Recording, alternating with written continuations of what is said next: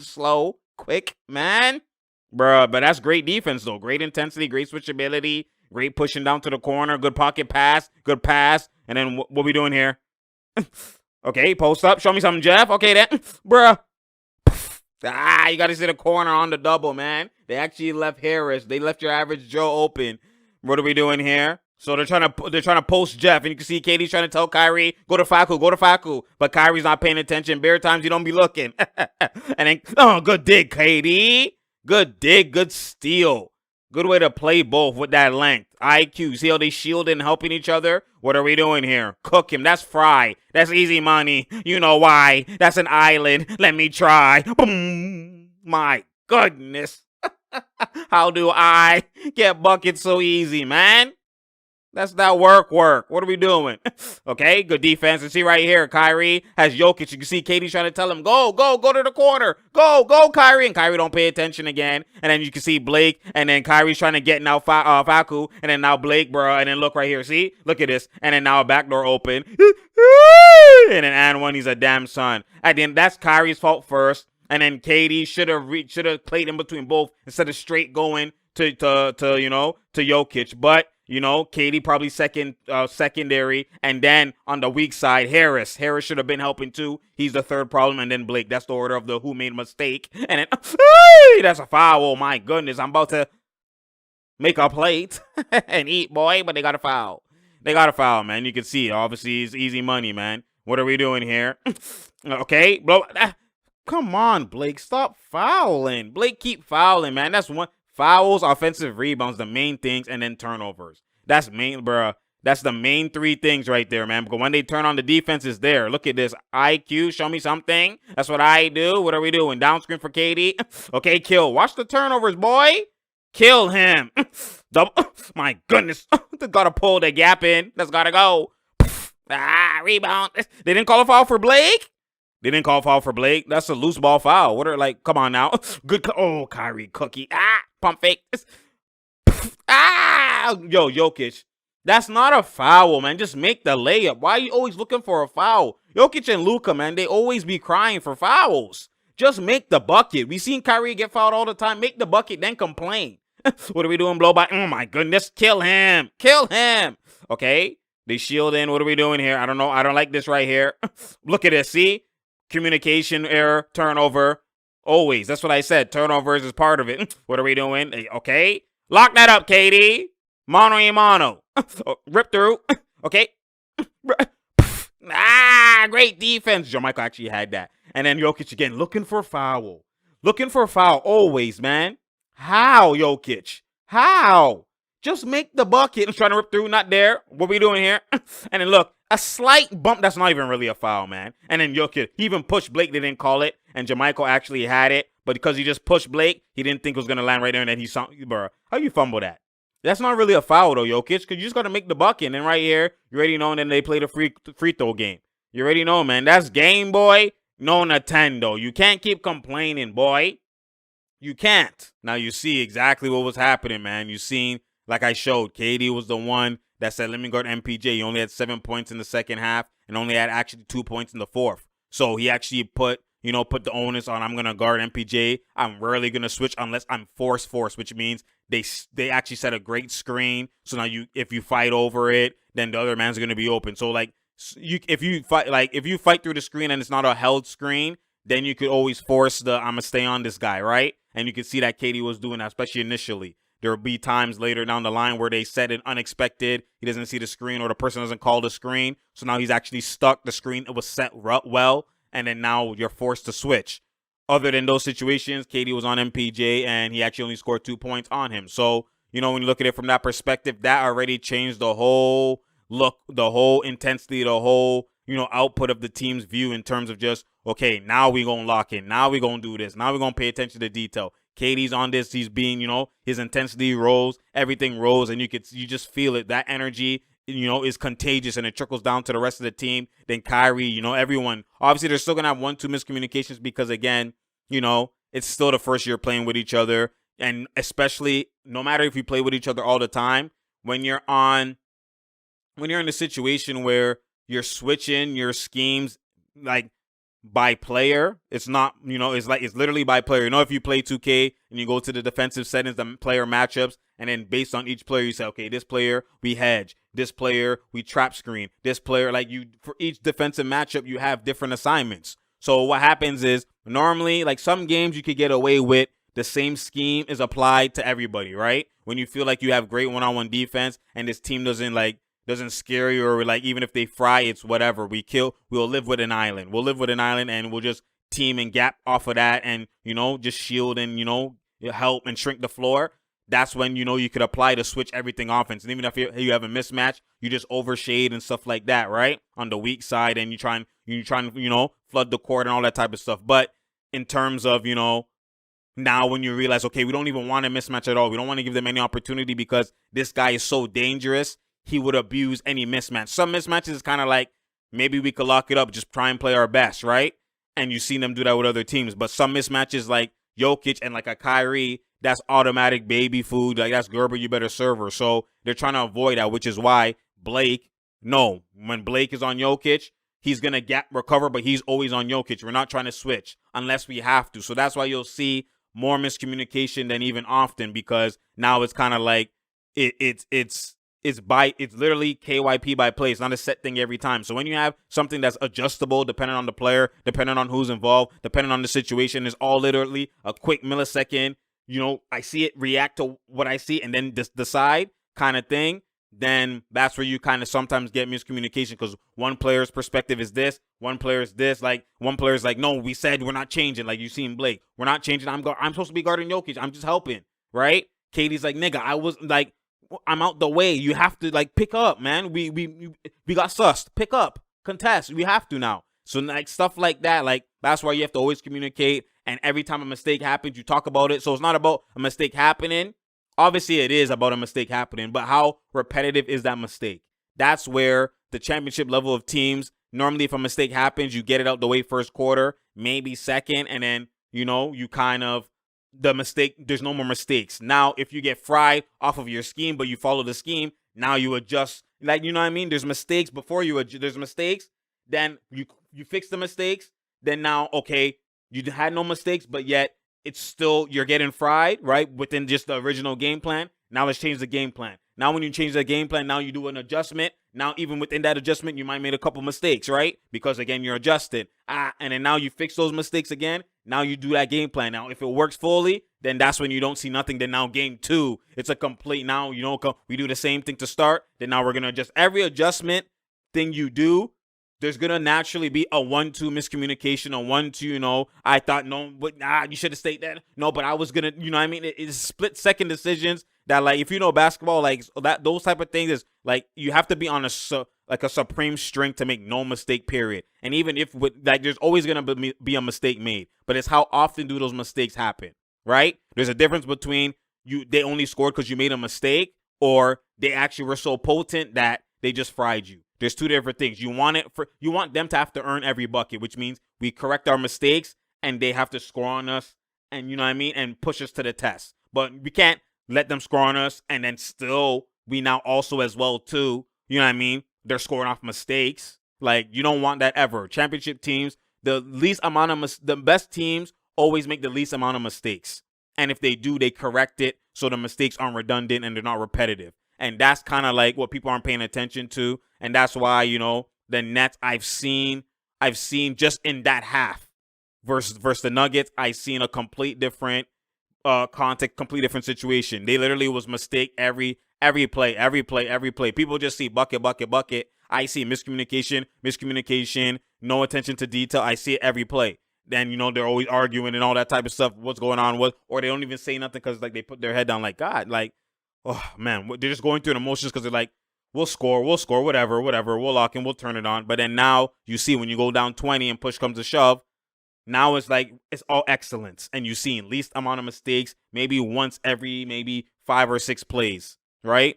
That's when the mistake happens or whatever. And, and then they're still communicating those type of things. Obviously, they're still getting it right and it's still a process. But, I think it's not enough for them.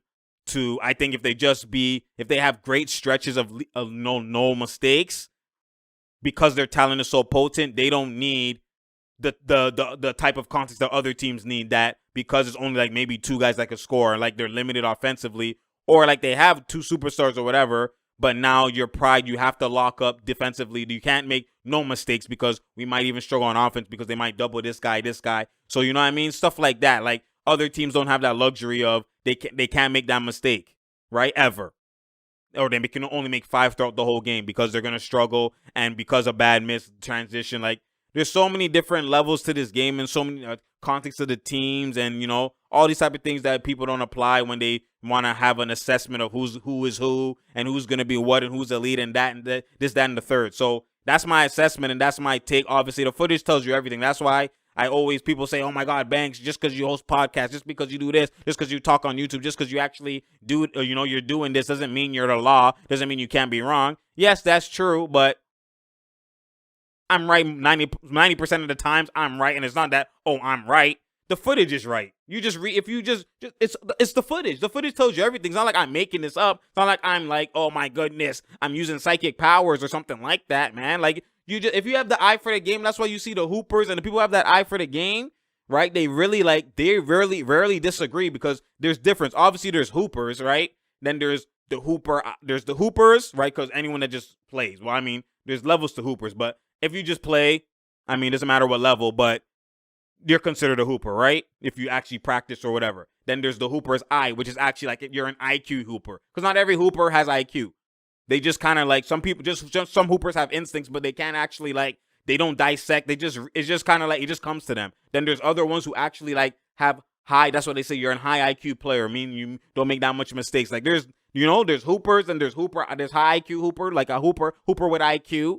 That's what I do. And then, you know what I mean? Then there's obviously, that trained eye. That trained eye is like, it's different. Now you obviously like, you operate, it's a lens. It's how you view the game. It's what you see. When you play the film, some guys see certain things, certain other guys see the right things. Like there's, you know what I mean? They see the right things and they kind of can translate and they understand what's transpiring. Not every hooper can see with the trained eye and know, right? So like, or not every, and then there's some analysts, there is some that actually have a trained eye and they don't actually hoop, but they have that trained eye. I don't know where they got it from, but that's rare. That's like once in a blue moon. Most of the times you have to have hoop. You have to been in the trenches because that trained eye, you will never get that perspective if you actually haven't been actually in there in the trenches, right? That kind of like been there, done that experience. Trained eye is different, right? So, that trained eye tells you everything. Like the footage tells you everything if you watch with a trained eye. It's not really a debate. It's not even an opinion. It's literally a fact off the trained eye. If you just look at the footage, that's why the trained eye people, which is the purists are the ones with the trained eye. They rarely disagree on things. I mean, some things will be opinion based, but the trained eye, when you see certain things, it gives it's not an opinion anymore. It's just fact. You update your information like daily when you see footages, when you see context, like. What's kind of just a lull. What's actually, this is the norm. You kind of like your trained eye. It's hard to explain, but, you could just tell by how someone talks, the terminology they use, and not even just the terminology, just kind of like, just what they're saying, just the context of what they're saying, the context they pay attention to, how they kind of view things in terms of what the information, because everyone gets information, but how you spew the information is different, right? Everyone's typing, but how you print it is how it looks, right? How you portray it is how it looks. Everyone has that information in the computer. It's all there, but how you spew it, how you communicate it, how you vocalize it, all of that type of stuff is the trained eye normally is they're always on the same page, you know what I'm saying? So when you look at it from that perspective, like, man, I'm not the law, but at the end of the day, the footage is the law. So you just have to be able to, understand the law. That's it, man. I mean, people get mad at me, but I'm just trying to a lot of people don't see it from that eye. So I'm just trying to help people get a trained eye. And then the trained eye, when we meet and I know who's a trained eye in the comments, like if you give me IQ, then, or I didn't see something that way, that's, what I mean? That's different. But when you're trying to tell me something that's cap, come on now, the trained eye everything is valid. Technically, everything is valid. Everyone can have an opinion, right? But they always say, I always think it's like it's blasphemous that everyone's, oh my God, it's opinion, this is opinion based. It's not really. It's not really. It's fact. It's fact or not fact. Not really. Like, yeah, who's your top 5? That's opinion based. I mean, Yes, it is, but if you really have a trained eye, there's not going to be too many different variations. Like it's not really it's not a really opinion. It's just fact. I mean, it's just fact. I mean, you know what I mean? Yeah, it's hard to explain, but I'll do that later down the line. I digress. But mainly when it comes down to it, you've seen what's going on. People are capping with the Nets, and I'm here to just debunk a lot of narratives. You know what I mean? Most of the times it's cap narratives, not just the Nets, other teams as well. And I just, I just hate the unauthenticity of what the game is becoming in terms of the masses, right? I don't like it. So, I try to bring as much authenticity to the game, just perspective, and just trying to, enlighten or help, or just, makes people see it from that eye. So it's kind of like it just helps us appreciate the game overall, because that's what gets lost with the unauthenticity of the game. Appreciating the right players, rating players accordingly. All this type of stuff matters, because then guys get thrown under the rug, or they get hindered, or they get, they get cast away, and they don't get rated accordingly. They don't get the right spotlight, and then it goes to the wrong players, and it's capping, it's over boosting, and all of this stuff starts from being unauthentic. And not understanding the game. If you fix that, then people will start seeing the game on the right light, and a lot of the conversations will be completely different. You'll have real, oh my God, who has the better step back, or who is you'll have real, actually IQ moves and IQ conversations, instead of these basic, oh, this player versus this player, and they're what's going on? Oh, this player's the best, and it's cap. No, he's not the best. It's lies. You have those type of conversations, right? And which is just dumbing down the game, because we have to move past that. The deep level thinkers, advanced thinkers know, they want to talk about better things and more important IQ things. But, obviously that's why, there's a few of us out here, and that's why we're here to just, break the cap, debunk the cap, and, make you put on a do-rag. At least it's not a full cap, right? It lets you put on some type of, at least some smaller cap, maybe a snapback. I don't know. Some of y'all wearing full-out fedoras. You know what I mean? Some of y'all are wearing that. Big major cap. You know what I'm saying? Anyways, you already know. Anyways, it's True Talks. It's True Talks. I appreciate y'all. Share, like, and subscribe. We out here. There's no doubt here, and there's no drought here. Man, like I said, KD, you see, remember I was saying the fatigue factor too? Now look, you've seen shots being made in the clutch, because now he's getting used to the intensity, and you can see the fatigue. He's getting that second win. He's building it up. His second win is building up. And, it's like your Gatorade stamina is here, right? And the more you get fatigued, and the more you hold turbo, the more you do all of this stuff, your Gatorade meter drops, right? Obviously, right? So now you get more, you get advanced, 2K, whatever. You get a higher overall, you get this, whatever. Now your Gatorade meter expands and expands. You get more accolades, it expands. That's what's happening. But KD, the more he gets integrated in that, and he gets familiar, and he's playing, he's getting the reps under him, the more he's now getting used to that last 5-minute stretch, the last 12 minutes of the fourth quarter, but now playing intense defense and plays intense playoff, he's getting used to it. So now you're seeing swishes in the clutch. You're seeing buckets in the clutch, right? You're just seeing high IQ, or high, what's it called?